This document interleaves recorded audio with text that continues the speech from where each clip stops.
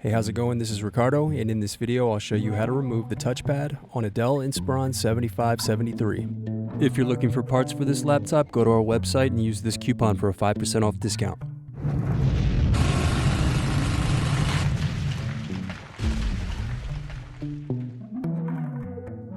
First, remove bottom base screws.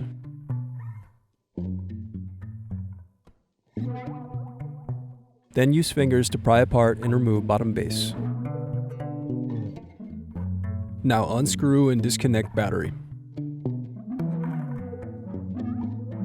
Then unscrew and disconnect touchpad.